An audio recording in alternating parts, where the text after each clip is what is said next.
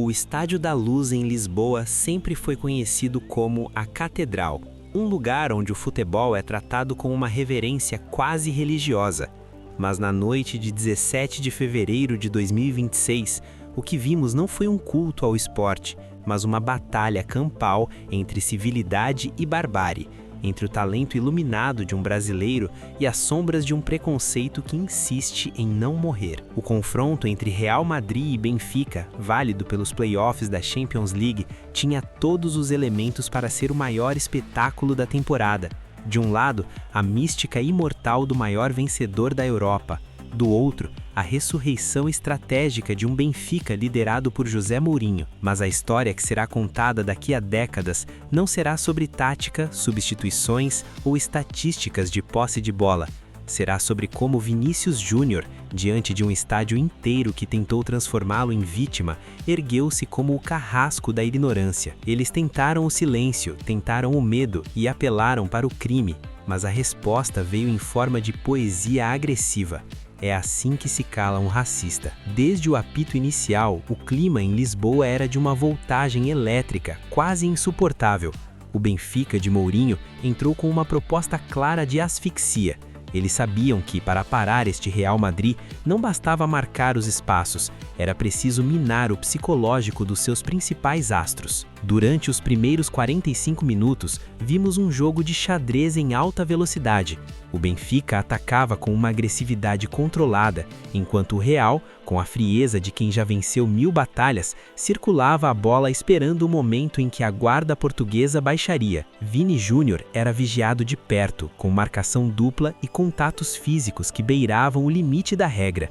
Cada vez que ele tocava na bola, o som que vinha das arquibancadas não era apenas de vaia, mas de uma hostilidade que parecia carregar algo mais profundo, algo que o brasileiro conhece bem demais. Mas Vini, calejado pelas batalhas na Espanha e no mundo, mantinha o foco.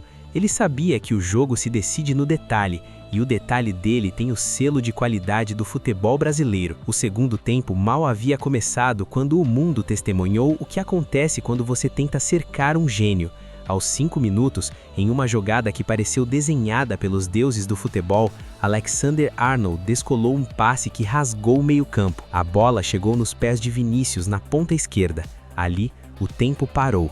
Com 2 cortes secos que deixaram a defesa do Benfica em frangalhos, ele invadiu a área e, com uma frieza cirúrgica, chapou a bola no canto oposto de Trubin. Golaço! Um gol com o DNA do Brasil, com a ginga que eles tentam domesticar, mas nunca conseguem.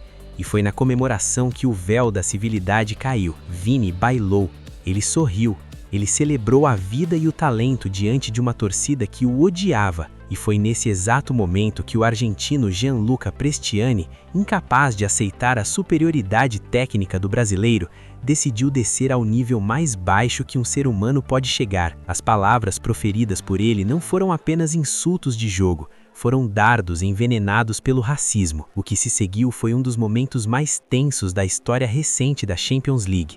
Vinícius Júnior, em um ato de coragem monumental, não se encolheu, ele confrontou o agressor e imediatamente levou o caso ao árbitro François Letexier. O protocolo antirracismo, tantas vezes criticado por ser apenas procedimental, foi acionado sob a pressão de um Mbappé furioso, que se colocou como um escudo humano à frente de seu companheiro de ataque. O jogo parou por 10 minutos.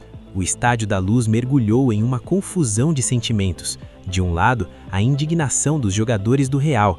Do outro, uma torcida que, em vez de condenar o ato, passou a perseguir a vítima. A cada segundo que o relógio marcava com a bola parada, a tensão crescia.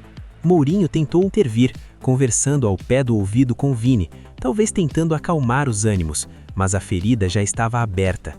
O futebol ali já tinha acabado. O que restava era uma declaração de resistência. Quando a bola voltou a rolar, o ambiente era de guerra declarada. Vinícius Júnior tornou-se o alvo principal de cada vaia, de cada xingamento coordenado, mas é aqui que a grandeza se separa do comum. Quanto mais o estádio gritava contra ele, mais Vini pedia a bola.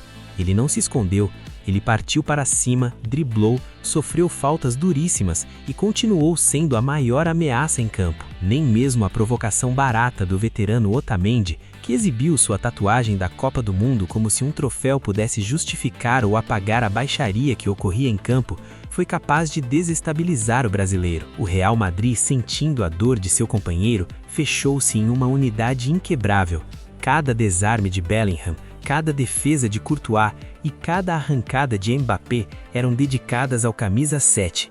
O Benfica, perdido entre a tentativa de empatar e o nervosismo de seus jogadores, viu até seu comandante José Mourinho ser expulso após uma reclamação histérica. A grande descoberta desta noite em Lisboa é que o racismo, no final das contas, é a arma dos impotentes.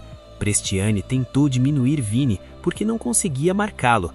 A torcida tentou vaiá-lo porque não conseguia pará-lo.